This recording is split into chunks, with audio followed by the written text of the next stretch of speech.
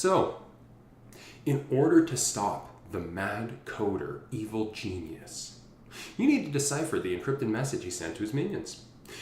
The message contains several numbers that, when typed into a supercomputer, will launch a missile into the sky, blocking out the sun and making all the people on Earth grumpy and sad. You figured out that some numbers have a modified single digit in their binary representation. More specifically, in the given number n, the kth bit from the right was initially set to 0, but its current value might be different. It's now up to you to write a function that will change the kth bit of n back to 0. Okay, so what do we mean by this? We don't often really talk about numbers in terms of bits, but that's kind of what they are. So we've got this one over here. This is the number 37 written in binary. We'll take a look at that in just a sec. And then we're saying k is 3 in this case. Now, it's a little bit ambiguous from the question here. Like, just for this particular example, you know, it's not entirely clear whether the 3 is meant to be like, you know, that's the 0th one, that's the first one, that's the second one, that's the third one. Or whether it's supposed to be like, that's the first one, that's the second one, that's the third one. But if we take a look up here, I think it did say it was from the right, right? Yeah, the kth bit from the right. Okay, so it's probably this way. So that means it must be 1 based. That's an important thing as well. They won't give us a k value of 0. And let's just make sure, yeah, they won't give us a k value of 0. It's got to be at least 1. Okay, cool. So then basically the idea is that we need to set that to 0. And then it's saying that that's 33. So why is that? Well, let's take a look. I guess we could do all this right here. We don't need to switch screens for it. So let's get a cool color, maybe like a really, really pale green. That'd be cool. Yeah, just like a hint of mint. Okay, so what's our number here? Well, we've got 1, 0, 0. I gotta space these out a little bit. 1, 0, 1. Okay, and what does this mean? So if ever you're wondering, like, you know, like how this actually happens, how we can convert numbers to binary, what the significance is. Well, I didn't think I had this far, but now I need a color that's going to look cool with this very pale green. Maybe we'll go with this sort of like, this sort of dusty rose color here. Okay, so normally when we're talking about decimal numbers, so like base 10 numbers, this is 37, so we would say it's like 7 1s and 3 10s, right? We sort of have place value for all of our numbers. We'd say that this is like the 1s column, there's the 10s column, after that there'd be the hundreds column, the thousands column, etc. So here, since this is binary, we're not going to look at this in terms of powers of 10. We're going to look at it in terms of powers of 2. So basically, we're going to have 2 to the power of 0 in this column. We're going to have 2 to the power of 1 in this column, 2 to the power of 2. And if you're wondering why I'm doing like these powers of 2, well, you remember we were just talking about like the tens, the hundreds, the thousands. Well, those are powers of 10. That's like 10 to the power of 1, 10 to the power of 2, 10 to the power of 3, etc., right? So we're just going to look at powers of 2 in this case. Now we should probably actually evaluate these powers of 2, so let me get yet another sick color in here. Here we go. Okay, so 2 to the power of 0, and let me just change the thickness a little bit. I want a slightly more narrower kind of font for this one. So 2 to the power of 0, well, pretty much anything to the power of 0, it's going to be 1. Okay, 2 to the power of 1, well, it's just one of them, so that's going to be a 2. 2 to the power of 2 is 4, 2 times 2. 2 times 2 times 2, that's going to give us 8. Multiply that by 2, we're going to get 16. Multiply that by 2, we're going to get 32. Okay, cool. So this is looking good. I don't think I'm blocking anything important there. Okay, great. So we've got this number. It's basically saying we've got 1, 1, 1, 4, and 132. That's it. We've got 0, 2, 0, 8, 0, 16s. All right, so what do we get from that? Well, 32 plus 4 would be 36. 36 plus 1 would be 37, the number that we have over here. So that's maybe not a coincidence. Okay, and then basically we're saying if we were to take the kth bit, so let's get a really striking color for that one. That's going to be this one right here. Okay, so if we were to just take this one and like not count it, you know, so like instead of the 32, the 4, and the 1, we're going to say now we're just going to have the 32 and the 1, which would be 33. Okay, so good. That's working good. So that's basically the idea behind what we want to do here. Now, if you're wondering, like, how do we actually convert the 37 into this binary number? How do we get from just a regular decimal number into something like this? Well, there's a few ways we could do it. I mean, we could do it by hand. We could basically say, like, you know, start with the largest bit here, like start with the 32 and say, okay, so does 32 fit into 37? And I mean, look, okay, just to back up a sec, I said start with the largest bit. Technically, there's no limit to how large you can get. You know, we could try 64, we could try 128, but like, we'll try the one that's closest to this, right? There's no sense in trying to fit 128 into 37. We know that a larger number isn't going to fit into it, so we have to find the bit that's smaller than it, or equal to. Okay, so then basically we try the 32. We try to fit that in there. It fits. So what's left over after the 32 goes in here? Well, there'd be 5 left over. 37 minus 32 would be 5. So then we have our 5 and we say, okay, so after putting a 1 here, does 16 fit into 5? No. Okay, so that's a 0. Does 8 fit into 5? No. Okay, so that's a 0. Does 4 fit into 5? Yeah, actually it does. So we could fit a 4 into there. We'd subtract the 4. We're left with 1. Does 2 fit into 1? No. Does 1 fit into 1? Yes. So we can see why we get the 1s here, here, and here. Those are the numbers that basically fit in. So that would be if we wanted to do this manually. But there's another way we could do it. I mean, basically we could just say something like this, and.toString. So we've done this before, right? Okay, I didn't see that. Confirm. Okay. So we could try this, like and.toString, right? We've seen this sort of thing before where it basically just converts the number into a string. So like a word sort of thing. We can actually give it a custom base here. So if we want it to be binary, we could just put in a 2. And now there's our binary number. Keep in mind, we could put other bases in here. We could say, what if it's base 3? And that's what it would look like in base 3, which is not that interesting since it's still just 0s and 1s. Let's try to find a more interesting one. Great, so now we have like a 2 in there, so you can allow 2s in base 4.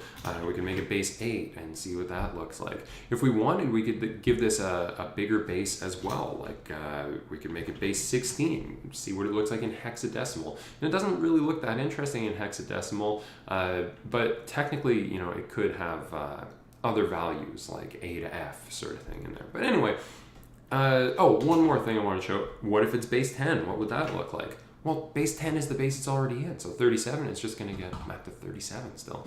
Okay, but we're not interested in that. We're interested in base 2.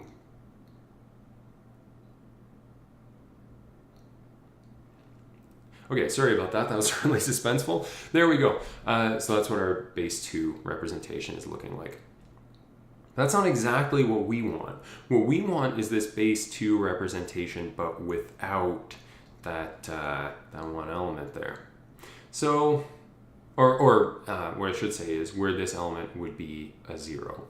So I don't know if it's guaranteed that the one we're looking at will always be they do mention 1 base there. That's cool. I don't know if it'll always be a 1, you know, in the kth position. So like in this case, yeah, this one, that goes from a 1 to a 0. Will it always start as a 1? I'm not sure, but it looks like we always want to make it 0 anyway, so we'll keep that in mind, as opposed to like, you know, just flip the kth bit, you know, this is kill the kth bit, we want to make it 0, but they could have just as easily asked us to just switch it around, to switch it to whenever it's not, right? So if it was a 1, it would become a 0, if it's 0, it would become a 1. Anyway, I don't want to get too in depth about the hypotheticals of what the question could be asking. Let's focus on what the question is asking. So we want to take the kth element and we want to make it 0. So how are we going to pinpoint that one, I guess? Well, there are a few ways we could do it. But keep in mind, we're going to be a little restricted in this case because it's not like we can change too much here, you know? Like, we wouldn't be able to put in an extra line and be like, you know, let x be assigned the value 5 or something like that. It'd be like, no, hey, whoa, you can only change the ellipses here. So, okay, we'll go back to that. And I mean, this is acceptable, but anything more than that would not be. So what do I want to do with this? Well, maybe we'll do something like, maybe we'll convert it to an array. Okay, so yeah, we'll make it an array. Then then maybe we'll do like a map on the array. Yeah, something like that. Okay. So here's our plan. We're going to type it all out, and then we're going to try to condense it into one line so it actually can pass the test and all that. Okay, so basically we want to convert to array, and then after that, what do we want to do? I guess flip the array, because we want to be counting from the right, not from the left, right? So we'll flip it, and that'll allow us to go from the right. And then we'll do a map that basically just turns the kth element to 0. That's basically it. So it's just going to check, like, are you the kth element? No? Oh, okay. Well, you're fine. We're not going to change you. And then after that, and then if it is the kth element, it will change it to a 0. And then after we're done that, we're going to convert it back to a string. And then after that, we're going to convert it back to a number. Okay. And I should probably spell convert right. Covnerd. All right. So the first thing we want to do, well, actually, technically, we've already done the first thing. We've covnerded it to a string, right? It started as a number. We're turning it into a binary string. Then, okay, so maybe I should list that in the steps here. So convert to binary string. All right, so we could say something like const bin is assigned the value of n dot to string 2. Okay, and then convert to an array. We'll say R is going to be the array version of that string. Now, there's a few ways we could do that. We could do like bin dot split with an empty string argument, but there are other ways to do it that I think are better. We could also just do like array.from bin. I think that's probably the easiest one to follow in terms of how semantic it is. You know, like I think it's fairly clear in this case that if we're saying array.from, we're going to be dealing with an array. But there's another one that I prefer, actually. My favorite way of doing this is actually just to put it in an array, but then to spread it out, to say, oh, actually, I meant all the characters of bin. So we just use a spread operator and we're good. So that's it. That'll convert it to an array. So that's nice. And then we want to flip the array. Whoops. What's another word for flip? I guess reverse. So we'll reverse the array. We'll say r.reverse. And you know what? I'm actually not totally sure if this reverses the array in place. You know, like if I would have to do array is assign the value of array.reverse, or if I could just say array.reverse and have that take effect. I'm actually not sure. And we don't have any way of testing it right now. So if anyone knows, let me know. Maybe we'll do some testing on that later. But for now, I guess we'll just say it like this. Array is going to be array.reverse. And then we want to do a map that basically just turns the kth element to 0. So we'll say something like array is going to be assigned the value of array.map. Because I know map is not going to actually modify the array. It's a non-mutating method, I guess is another way we could say that. I'm not sure if the reverse method is mutating or not. Okay, so basically array is going to be assigned the value of array.map, where our arguments are going to be basically the element itself, so the value, and the index. And these are going to get mapped to, well, basically if the index is equal to k, then we're going to change the value to the string 0. Otherwise, we're just going to keep it what it was. Okay, so basically if the index is k, then it's going to become a 0. Otherwise, it's going to stay whatever value it was. Okay, so that's going to be our array.map. And then we want to convert it back to a string. So we'll say something like constant string is going to be array. How do we convert an array to a string? We use a join with, well, okay, an optional argument here. So like I'm giving it an argument that's just an empty string. Whatever appears in this argument, that's kind of, it's going to be sort of like the glue that's going to hold all these array elements together. Oh, and you know what else? I forgot to reverse it. So maybe we should reverse the array again. Flip the array back to its original orientation. That's fine. I'm probably going to delete that comment in a second. So I don't need to be too pedantic about it. Array is going to be array.reverse. Okay, so we're going to flip it back. That's the idea. And then we're joining it, making it a string. And yeah, like I was saying, this here, if we were to put like, I don't know, the word and here or something, then it would put that in between every single array element when it's converting it to a string.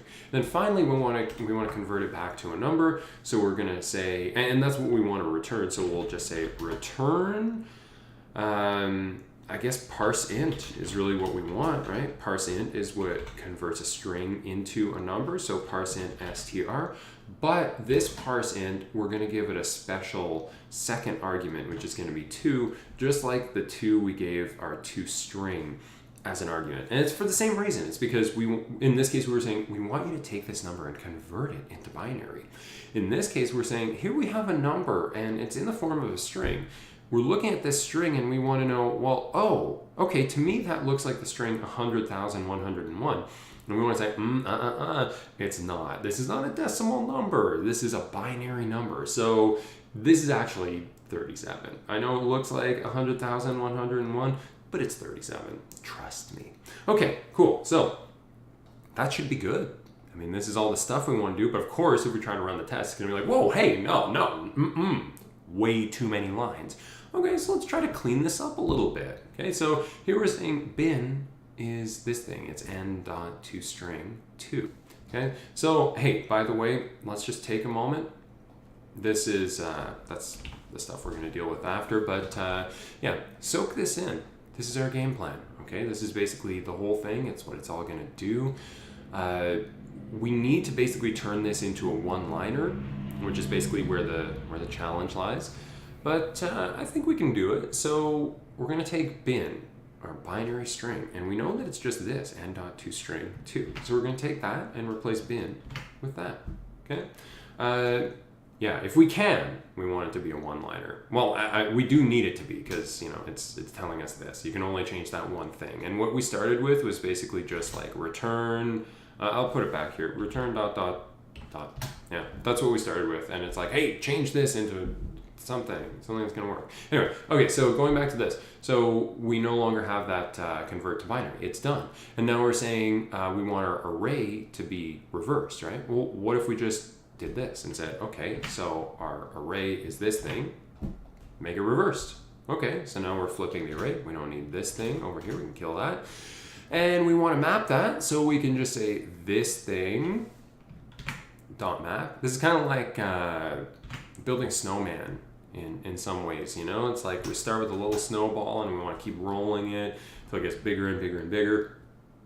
Now, unfortunately, this is getting too big because it's bleeding onto the next line. It's getting hard to see, so I'm gonna do this. And I think one way we could sort of combat that would be to change these to single letters, pardon me. I don't usually like to do that. I'm not a big fan of single letter variable names, but here, just for the sake of keeping this a little brief, we'll do it for now anyway. Okay, so our array is that thing, right? So that's what our array is, and we want to join that. So, well, array is just all this stuff, so we'll copy that, or cut that technically, and that's what we want to join, so we'll put that over here. And the thing that we're trying to parse int is str. Well, str is all this, so let's take all that, replace str with all that, and that's it. That should be the thing that we're returning here, right? So let's see if it'll let us do that. I'm not sure if this will run. Oh, it's running, but it's not right. We're still getting 37 here. And, well, okay, in this case it worked. Okay, now in this case we should get 37 because it's saying the fourth bit. Now the fourth bit, okay, so this sort of answers our question from before. It's not necessarily a 1 that we're starting with. It might be a 0, in which case we should just keep it a 0. So that's why we should get a 37 here for the 4. Now, but over here, we're not supposed to get a 37, but we are. So, okay, the problem here, as it turns out, these indices here, this is a dot map, right? So it's dealing with an array. The indices are 0 based. Whereas this over here, the k, is 1 based. So we need to change that. We need to say, is it equal to k minus 1 instead of is it equal to k? Because we're checking if the index is equal to k. What we should be checking is if the index is equal to k minus 1. Let's see if that works. And yeah, it works. And yeah, I agree with you, Toching. It is deliciously disgusting. Let's see if it passes all the hidden tests. Very suspenseful moment for us here. I know, yeah, it sure does. Okay, so that's a great feeling. We've made a dent here in the corners of the corner of zeros and ones. Okay, great. Nice job, everyone. That's great. Hey, your programming skills are impressive. All right, so let's see. Could we clean this up a little bit, maybe? Well, yeah, I think so. One of the things I dislike about this, let's see if that fits on one line. Yeah, there we go. So one of the things I kind of dislike about this beast here is that we're doing a reverse, and then we're doing the map, and then we're doing a reverse again. But maybe there's a way we could sort of like count from the other side and not have to reverse this thing. That'd be kind of cool, right? So let's try that. Let's get the reverse out of here. But now it's not going to be quite as simple as just comparing to k minus 1. We need to know what the right thing to compare is. So over here, we basically want it to be taken care of, the element with index 3. But it just happened to be index 3 because it was basically the length of this thing. So what's that, like 1, 2, 3, 4, 5, 6? Okay, so the length of this thing is 6, and then we subtract from that the 3, and that gives us the index of the thing we're looking for. If we're talking about 4, this example over here, then basically 6 minus 4, that would be 2. This does have index 2. So it's basically the length minus k. Is I equal to the length minus k? Let's try that. Length minus k. Now wait a minute, we've got an issue. What's length? Oh boy. Okay, well that's going to be tougher because what we're really talking about is the length of this thing right here, right? That thing doesn't have a name. We were calling it R, like array before, but now it doesn't have a name. So let's give it a name. One way we can do this, and this might seem a little uncomfortable, but we have to do it this way since we have to keep it one line. We're going to say R is assigned the value of this thing. So notice, in terms of just these parentheses right here, we're both assigning this thing to the value of array and also mapping it. Like we're working with it. We're dealing with it at this current time, but also we're using this to give it a name. The reason we want it to have a name is so we can actually say array.length. What's array? Oh, it's this over here. Now I might be looking at that and thinking, oh, that's weird. It's still green. Shouldn't it be like blue like this one? And shouldn't that one be like orange? Because like these ones, because it's assigning a new variable. And the reason it's behaving this way is because I don't have like a var or let or a const in front of this one. It's just considered a global variable right now. But will it work is the question. And yeah, it'll work. Okay, so again, that's very long. It's very long. It's uncomfortably long. But it works. So here, let's copy that. And I just want to take a couple of steps back here. Get back to the, yeah, that's what we had before. And that was working, right? Yeah, that was working. Now I want to do something like this. So can I? It's not giving me the warning, so good. Yeah, all right, cool. So actually, wait, chronologically, this came after. So let's call this one 1, and we'll put it down here. And we'll call this one 2. Yeah, and we want to do that because we're going to give this another try. So we're just archiving those guys, and we'll get this guy back to its original form, or at least pretty close. Okay, cool. So these are both uncomfortably long. I guess I kind of like this second one a bit better than the first one, simply because it was bothering me that we're doing reverse twice. I guess we've saved like, what, 2-3 characters over here. It's a bit shorter, but it's mainly the repetition that was bothering me. I didn't like the fact that we were reversing twice. Whereas this one, I don't like the fact that we're using a global variable. Now, actually, wait a sec. Before we go any further here, here, let's just do this for a sec. Let's put a 3 on that one. And just run that. Oh, okay. It's telling us that again. All right, can we make that a 2 and bring this back over here? Will it run that? Yeah, okay, we'll run that. So that's a bit weird, but anyway, okay. The thing I wanted to test, which, okay, maybe if I do it this way, let's try this. Okay, so that's running. The thing I wanted to test is, like, what if I did put a var or something on that? Would that work? No, it doesn't like seeing that. I'm assuming let and const would have the same issues with this. So yeah, it doesn't like that. Okay, so that is something that kind of bothers me about this one. In general, we don't really want to be using global variables. It's kind of a security risk, and it's kind of sloppy. I mean, not just security, but like you don't want to get your namespaces all mangled up and stuff. You know, we sort of want to keep our scopes separate as much as possible. So, okay, I want to talk about another way that we can do this. Okay, and this is getting into, I think this is kind of getting into the concept of a mask, a bit mask. We've talked about those before, but here, let's go back to our bitwise operators. Now, we've had a few introductions to these things. We've talked about and or, XOR, all that kind of stuff. And here's what I want to talk about for this example. What was the one we had? 100, 101. Okay, so I'm going to bring that over here. Let's come up with an amazing color. So I'm thinking something in the brown spectrum. That's good. That'll do. Okay, and let's make the pen size 2. There we go. And let's see. So we had 1, 0, 0, 1, 0, 1. Okay, and we basically want the result of whatever we're about to do here to be 1, 0, 0, 0, 0, 1. Okay, so really we're only trying to affect this bit right here.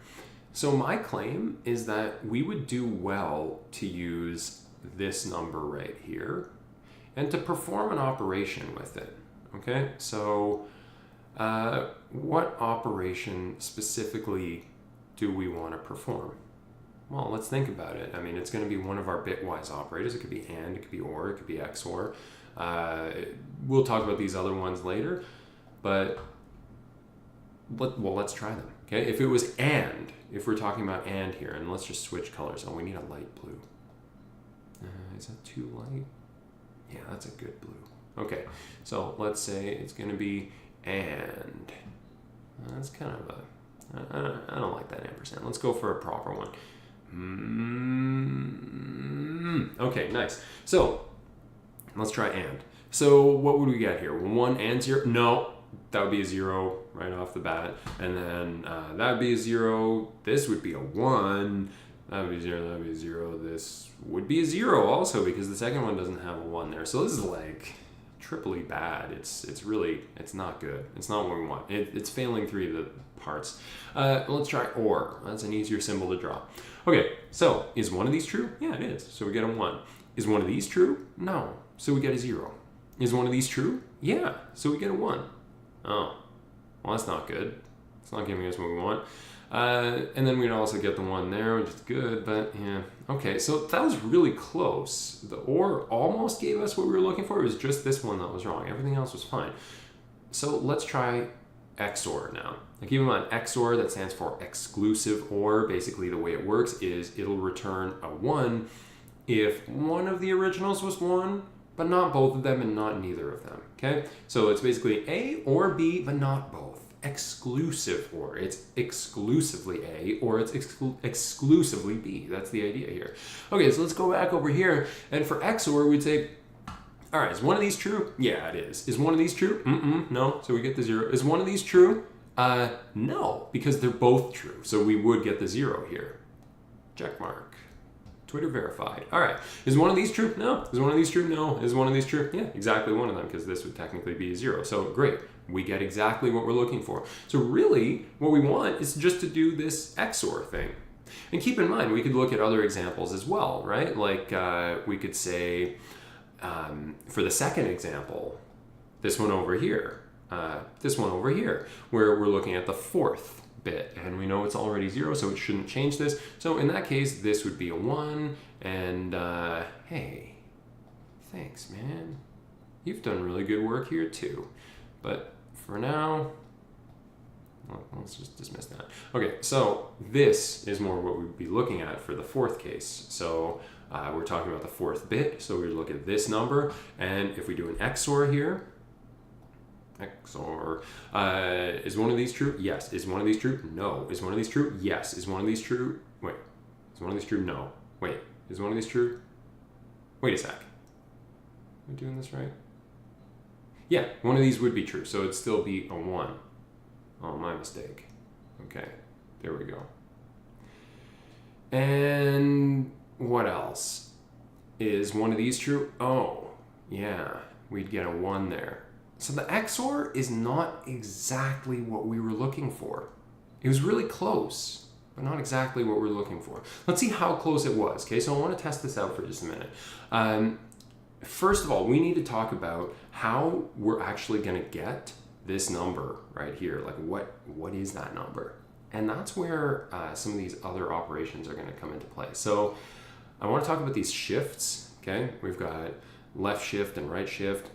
What are these? Let's talk about the left shift first of all. So basically this is 9 left shifted by 2. These are a bit different in terms of how they work. It's not going to be so much that we're looking at both of them in terms of like their binary representation. We'll look at the binary representation of 9, and then we'll shift it over this many units. That's the idea. So 9 in base 2 is this, 1, 0, 0, 1. And then we want to shift it to the left 2 units. So like this 1 over here ends up over here. This one ends up over here. And then we just get zeros coming in from the right. Okay, so that's if we want to left shift it too. Well, that's kind of applicable to this. We could start with a 1 and then left shift it 1, 2, 3 times, okay? Or in other words, k minus 1 times, because this was the fourth case, right? If k is 1, then we want to be looking at this one, so we'll shift it 0 times. So let's try that. I mean, basically what we want is n XOR and then some number, which is going to be 1 left shifted. How many times? K minus 1 times.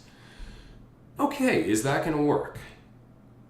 So far it's good. It's not telling me that I need to only change the left this. Okay, it's passing some of these. So the first one it passes is the first one. I mean, we saw the example. It worked.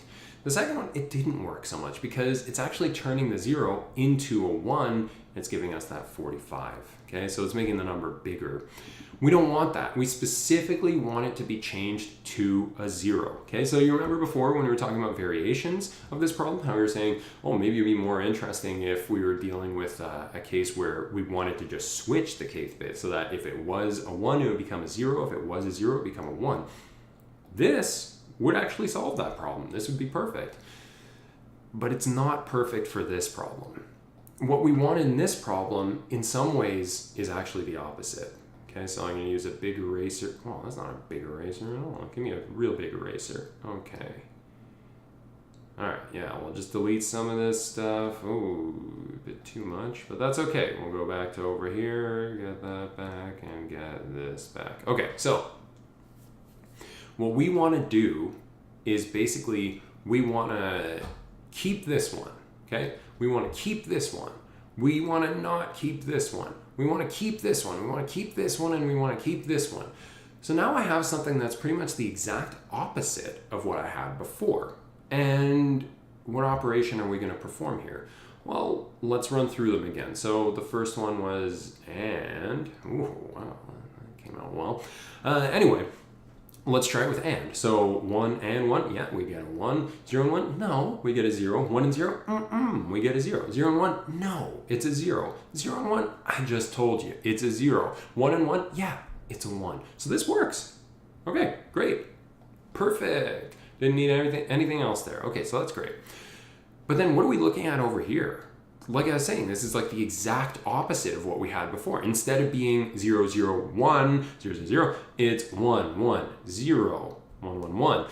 So everywhere we had a 0 before, we have a 1. Everywhere we had a 1 before, we've got a 0.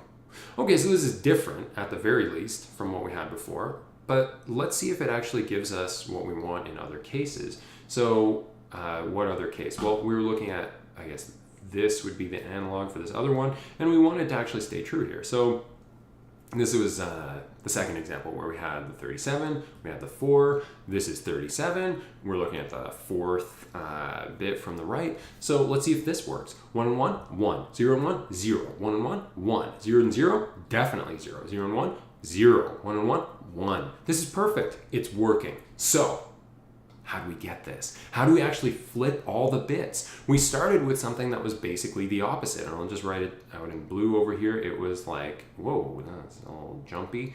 0, 0, 1, 0, 0, 0. And so we've basically just totally flipped all the bits. Everything is different about it. This is the opposite number here. So do we have an operator for that? And as it turns out, yeah, it's the one we haven't talked about yet. It's not. Okay, so this is a lot like a logical not, like the